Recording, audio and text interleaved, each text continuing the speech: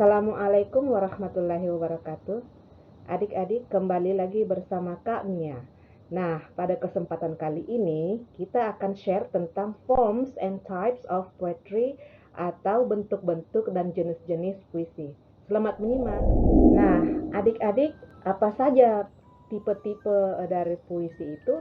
Nah, yang pertama tentu saja adalah naratif poem, ya. Tipe yang pertama adalah naratif poem atau puisi berupa narasi atau berupa cerita. Ya, puisi ini biasanya eh, kebalikan atau sangat kontras dengan puisi berupa lirik atau sajak lirah. Nah, yang mana itu naratif poem? Naratif poem biasanya menggunakan suara narator atau karakter. Dan kemudian adik-adik, selain itu, keseluruhan cerita dari naratif poem ini ditulis dalam syair meteran dan tidak membutuhkan rima. Jadi dia tidak membutuhkan rima atau irama atau bunyi yang indah untuk puisi, tapi dia berupa narasi atau suatu cerita seperti itu. Nah, kemudian yang kedua adalah lyric poem atau poetry that expresses a speaker's personal thoughts or feeling. Jadi puisi lirik ini atau dalam bahasa Indonesia biasa kita kenal dengan sebutan sajak lirah atau lirik. Adik-adik, puisi ini merupakan tipe puisi yang mengekspresikan perasaan, pemikiran seseorang. Nah, kalau di dalam puisi-puisi kuno biasanya sajak lirik ini memiliki lantunan alat musik. Kalau kita bisa bawa ke puisi kuno di daerah kita, daerah Sulawesi Selatan, bisa saja kita berikan contoh seperti Sendrili, seperti itu. Karena kenapa? Dia membutuhkan, kalau sajak lirah yang kuno, dia biasanya diiringi lantunan musik. Tapi kalau zaman sekarang ini tidak harus berima, bahkan kadang tidak selalu diiringi dengan musik. Nah, kemudian the next one is a free verse. Kalau free verse ini adalah sajak bebas atau syair bebas. Puisi ini, this poetry that has no fixed patterns of meter, rhyme, lyric, length, or stanza arrangement. Jadi puisi ini adalah bentuk puisi bebas yang bentuknya lebih modern, dan awal mula kemunculan puisi free verse ini yaitu di Prancis. Puisi ini tidak memiliki pola meteran ataupun rima ataupun tidak menggunakan ritme, ya, dan selain itu ia cenderung diucapkan secara alami. Jadi inilah adik-adik ketiga tipe-tipe puisi. Yang pertama adalah naratif poem atau puisi yang berbentuk cerita. Yang kedua adalah lyric poem yang dibangun atau dibuat dari perasaan ataupun pemikiran seorang penyairnya. Dan terakhir yaitu free verse atau syair bebas yang tidak memerlukan rima, ritme, dan seterusnya. Nah, adik-adik, apa sebenarnya form atau bentuk dari puisi itu? The form of a poem involves the physical arrangement of the words on the page. Jadi, form itu atau bentuk dari puisi itu adalah pengaturan, pemberian ritme dalam puisi. Di sini ada dua macam form, ya. Yang pertama line. Line itu adalah baris puisi. Jadi misalnya satu bait puisi ada 4 baris, seperti itu deh. Kemudian stanza. Stanza ini bisa kita artikan a group of more than one line. Jadi kalau dalam satu stanza itu ada bait. Dengan kata lain, line itu adalah baris, sedangkan stanza bisa kita artikan ke dalam bahasa Indonesia sebagai bait. Nah, itulah bentuk puisi dek. Ada dua, yakni line and stanza atau baris dan bait. Kalau tadi di tipe-tipe puisi, kakak mau memberikan flashback, ya, supaya adik-adik tidak lupa. Jadi bentuk kalau tipenya itu dilihat dari jenisnya, dilihat dari siapa yang karang. Bentuk kalau tipe puisi tadi itu terbagi 3, yakni naratif yang menggunakan seorang narator, diceritakan oleh seorang narator. Yang kedua tadi itu kalau dalam bentuk tipe ya, itu adalah sajak bebas, kemudian ada lirik. Ya, lirik tadi itu kalau puisi kuno dia menggunakan alat musik seperti sinrili. Kalau kita di sini, kalau sajak bebas ya dibuat, ditulis secara bebas seperti itu. Nah, kalau form, I give you a little bit again explanation. Form itu adalah bentuknya terbagi 2, yakni baris dan bait. In English, line and stanza. Oke, adik-adik. Nah, oke adik-adik, untuk bentuk yang pertama ada couplet. Couplet is a pair of lines that rhyme. Jadi couplet itu adalah bait yang terdiri dari beberapa baris atau bahkan cuman sepasang baris dan memiliki rima. A couplet may be a poem in itself or a part of a large poem. Jadi couplet itu bisa saja suatu puisi yang hanya memang terdiri dari dua baris bait itu saja, atau dalam satu bait saja, atau bahkan merupakan bagian dari puisi yang cukup besar. Misalnya satu bait ini dikeluarkan dari puisi yang besar tadi. Kalau di sini kakak kasih contoh, the artist stirred some blue and green. Kalau ini kakak berikan contoh dalam bentuk gambar, you dig the best it's sprite, the best you ever had, kayak gitu. Kemudian untuk form yang kedua yakni haiku. Haiku itu merupakan puisi yang berasal dari Jepang, puisi tradisional dari Jepang. Haiku ini ditemukan oleh, revisi terakhirnya itu ditemukan oleh Masaoka Shiki pada abad ke-19. Dan haiku ini merupakan puisi yang terdiri dari 3 baris ya. Baris pertama itu memiliki 5 syllable, baris kedua memiliki 7 syllable, dan yang terakhir baris ketiga memiliki 5 syllable. Jadi silabelnya itu 575, 575. Di sini bisa kita lihat ada hana no yono, hana, hana no yono, jadi 5. Hana no yo naru, hana no yo naru ya. Jadi di situ ada 7 syllable. And then hitobakari.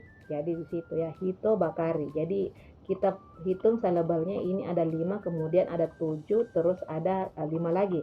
In English, all beings are flowers blooming in a blooming universe. Wow, keren.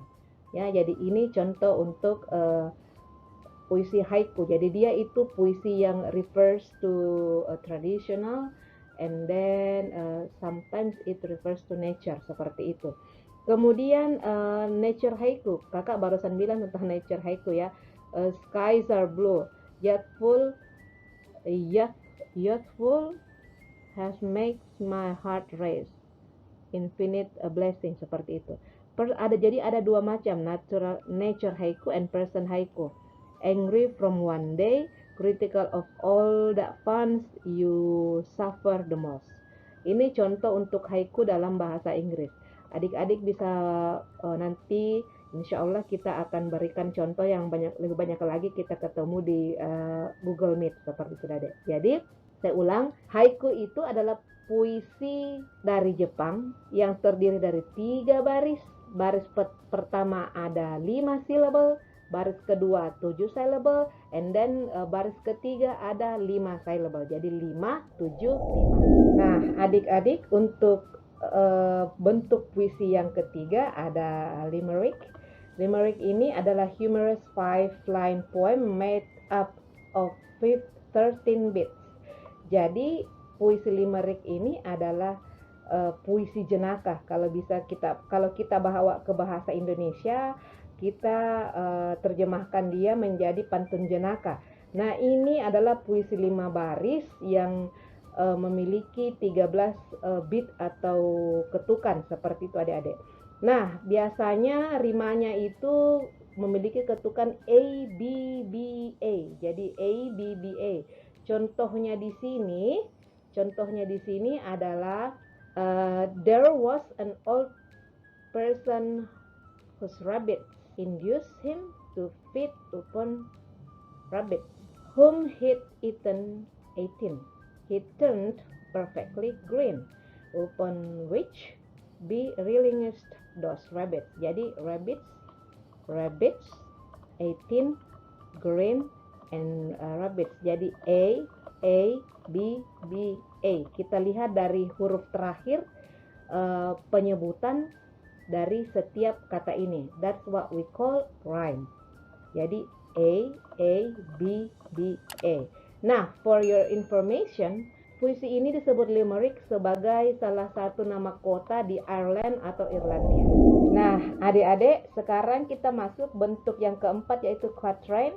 Quatrain ini adalah puisi yang terdiri dari 4 baris. Nah, biasanya puisi ini berasal dari puisi yang lebih besar, atau bisa dibahasakan satu bait atau satu stansa dari satu stansa yang terdiri dari 4 baris ini berasal dari puisi yang lebih besar. Artinya dia diambil dari satu puisi kemudian dikeluarkan. Nah, ini kalau quatrain itu 4 baris diambil dari puisi yang lebih besar. Tadi couplet itu a pair of line ya. Jadi kalau quatrain 4 baris diambil dari puisi besar, sedangkan couplet itu adalah puisi sepasang baris atau 2 baris dari puisi yang lebih besar. Jadi we differ them through their lines ya. Contohnya di sini bisa adik-adik lihat berima, ya pastinya dia berima dek kalau quatrain sama tadi dengan couplet. Di sini adik-adik bisa lihat ada 2 contoh ya, baik itu dalam bentuk gambar ataupun dalam bentuk tulisan seperti ini. Kita lihat ujungnya terakhir I, mi, y ya, a, b, b dan seterusnya. Nah, adik-adik, bentuk puisi selanjutnya adalah cinquain. Cinquain ini adalah puisi tidak berima dan terdiri dari 5 baris. Nah, kata cinquain ini sendiri berasal dari bahasa Prancis yang artinya 5. Puisi ini diciptakan oleh Adelaide Crabtree. Jadi dia terdiri dari 5 baris. Pada baris pertama itu ada 2 suku kata. Pada baris pertama ada 2 suku kata yang merupakan subjeknya, dan pada baris kedua itu merupakan 4 suku kata. Kemudian pada baris ketiga itu ada 6 suku kata. Baris keempat ada 8 suku kata. Dan baris kelima ya adalah 2 suku kata dan merupakan kesimpulan. Jadi kita bisa lihat ini penjelasannya deh yang kakak barusan katakan. Baris pertama itu namanya subjek ya. Baris pertama itu subjek. Yang kedua baris kedua adalah mendeskripsikan subjeknya. Jadi baris pertama subjek. Yang kedua adalah baris kedua adalah kata yang mendeskripsikan subjek yang ini tadi deh. Kemudian baris ketiga itu terdiri dari action verbs yang mendeskripsikan lagi subjek. Kemudian baris keempat adalah kata yang mendeskripsikan perasaan atau feeling dari subjek. Baris kelima adalah kata yang merupakan sinonim atau kesimpulan dari subjek. Contohnya di sini nature. Jadi subjeknya adalah nature, it's a noun. Beautiful green. Jadi nature itu adalah beautiful green. Adik-adik bisa hitung kalau kita hitung dari suku kata ya. Nature 2 suku kata. Ini adalah noun. Beautiful green. Ini deskripsi dari nature. Refreshing, relaxing, enjoying. Jadi ini adalah kata kerja action verb ya, yang mendeskripsikan nature, dan dia juga sudah dibentuk dalam bentuk gerund ya. Kemudian nature is very important. Jadi ini yang mendeskripsikan perasaan dari nature itu. Environment adalah kesimpulannya. Jadi inilah cara membuat cinquain. Jadi harus ada 5 baris. Baris pertama satu kata, baris kedua baris pertama harus menggambarkan subjeknya, baris pertama harus berupa subjek, baris kedua yang menggambarkan subjek dalam bentuk adjektif, baris ketiga dalam bentuk action word atau bisa dalam bentuk jaran, baris keempat adalah yang menggambarkan perasaan, dan baris kelima adalah kesimpulan dari puisi ini. Adik-adik, kemudian bentuk yang selanjutnya adalah enjambment. Enjambment ini adalah bentuk puisi yang tidak memiliki akhir atau strong break atau pause. Maksudnya dia dari baris yang satu ke baris yang lain, dia tetap maju tanpa ada terminal atau tanpa ada full stopnya atau titiknya. Jadi dia seperti ini deh contohnya. Struck, I learned. More promptly out, next time more curiously, and saw it all again in different terms. Jadi dia tidak memberikan misalnya tanda baca di sini. Tidak ada ya, seperti itu. Dia terus berjalan, terus hanya memberikan penegasan bahwa masih ada dia mau bilang, seperti itu. Nah, puisi enjambment ini adalah kebalikan dari end stop line. End stop line itu artinya dia ada stop, pokoknya sampai di situ, seperti itu. Nah, adik-adik, bentuk yang selanjutnya adalah free verse. Free verse ini adalah bentuk puisi yang tidak memiliki ritma dan rima yang tetap. Jadi dia ritmanya tidak beraturan. Nah, sementara itu free verse ini berasal dari bahasa Perancis, yakni vers libre, yang panjangnya itu juga tidak beraturan. Yang kedua, biasanya baris dari puisi ini menggambarkan bahasa sehari-hari, ritmanya merupakan bahasa sehari-hari yang natural ya. Jadi dia terbentuk apa adanya dari bahasa keseharian kita. Ini contohnya yang kakak berikan yang dari May Simpson, puisi free verse dari May Simpson, Southbound on the Freeway. Ya, ini adik-adik bisa lihat. Tourists came in form of bifil, park in the air and said. Nah, ini bla bla bla dan seterusnya. Ini contoh dari free verse. Intinya dia dibentuk secara natural, tidak memiliki ritma dan rima yang beraturan. Terus dia bisa kita buat dari bahasa keseharian kita. Nah, adik-adik, sekarang kita masuk ke dalam sonet. Sonet ini adalah suatu bentuk puisi yang isinya sangat puitis. Sonet itu biasa dikatakan sebagai puisi cinta. Kenapa? Karena isinya sangat puitis. Dan biasanya sonet itu terbangun dari 14 baris. Lirik poem ini terbangun dari 14 baris dan tertulis dalam iambic pentameter, atau bisa dibahasakan setiap baitnya itu ada 14 baris dan panjangnya bisa sampai berapa bait. Contohnya di sini kakak memberikan potongan sonet dari William Shakespeare pada bait ke 114 ya. Oh me, what I had love put in my head, which have no correspondence with true fight. Perhatikan adik-adik, di sini ada 14 baris puisi. Puisi sonet ini menggunakan bahasa Inggris yang sangat romantis, sesuai zamannya William Shakespeare sekitar 1400-an tahun 1400-an yang lalu.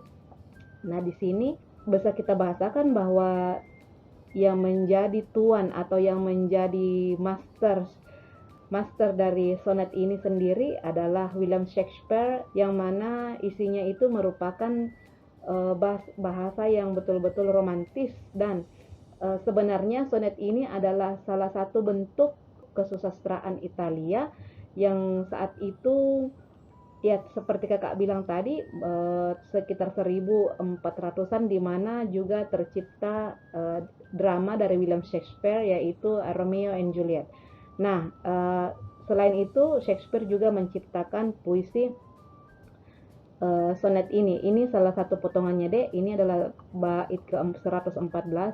And I really love this sonnet because if we mention something, it doesn't mean the meaning is not on the line, but it's under the line. Jadi dia maknanya ini bukan oh me, oh saya, mata saya memiliki cinta dalam kepala saya, tapi maksudnya kalau kita belajar kesusastraan itu yang kakak pelajari selama ini ya, yang kita baca itu belum tentu seperti itu maknanya. We have to read deeply, we have to understand it deeply. Karena kenapa puisi ini ditulis oleh seorang Shakespeare, seorang sastrawan dunia, Inggris juga, seorang sastrawan Inggris dan bahkan sangat mendunia. Tentu saja kalau kita refers to tulisan dan kalau kita merujuk ke sini deh, ada satu baris yang sangat kakak suka itu, maybe you have ever heard it, I mentioned it in the class, the sun itself is not till heaven's clear. Jadi itu lanjutan dari bait puisi ini. Kalau tidak salah dia berada di bait ke 149 atau 150, sekitar situ deh. Dan ini merupakan sonet yang sangat terkenal. Oh cunning love, with tears thou kept in me blind.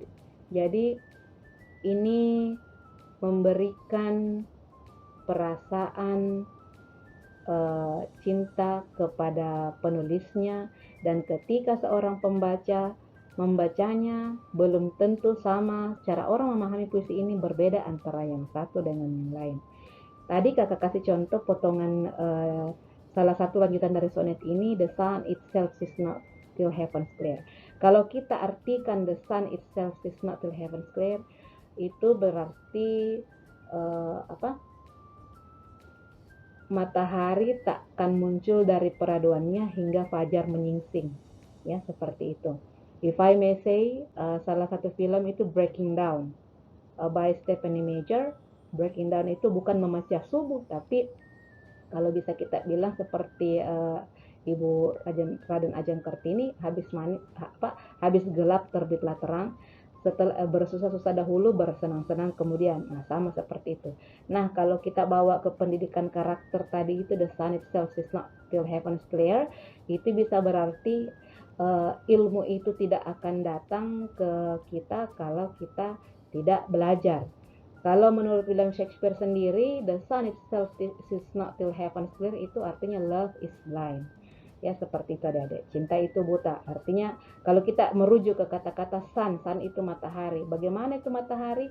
Matahari itu dideskripsikan sebagai suatu yang memberikan cahaya, suatu yang menerangkan dunia. Jadi kalau tanpa matahari dunia ini akan gelap. Tanpa matahari kita tidak bisa melihat. Nah, jadi dengan adanya matahari itu, maka kehidupan ini akan terang benderang. Seperti itu. Ya. Jadi when you read a poem, you will think over and over what does it mean actually. Nah adik-adik, I think that's all our sharing for today about types and forms of poetry. As a closing for this video, I would like to read one line of Shakespeare sonnet as I gave you just now. The sun itself is not till heaven's clear. So when we want to know something, we have to learn it deeply. Jadi kalau kita mau mengetahui suatu hal, maka kita akan serius mempelajarinya. Saya kira seperti itu adik-adik. See you in the next video. I hope you enjoy it and understand it. If you still have some questions, please give me comments below. I love you all. Thank you very much. Assalamualaikum warahmatullahi wabarakatuh.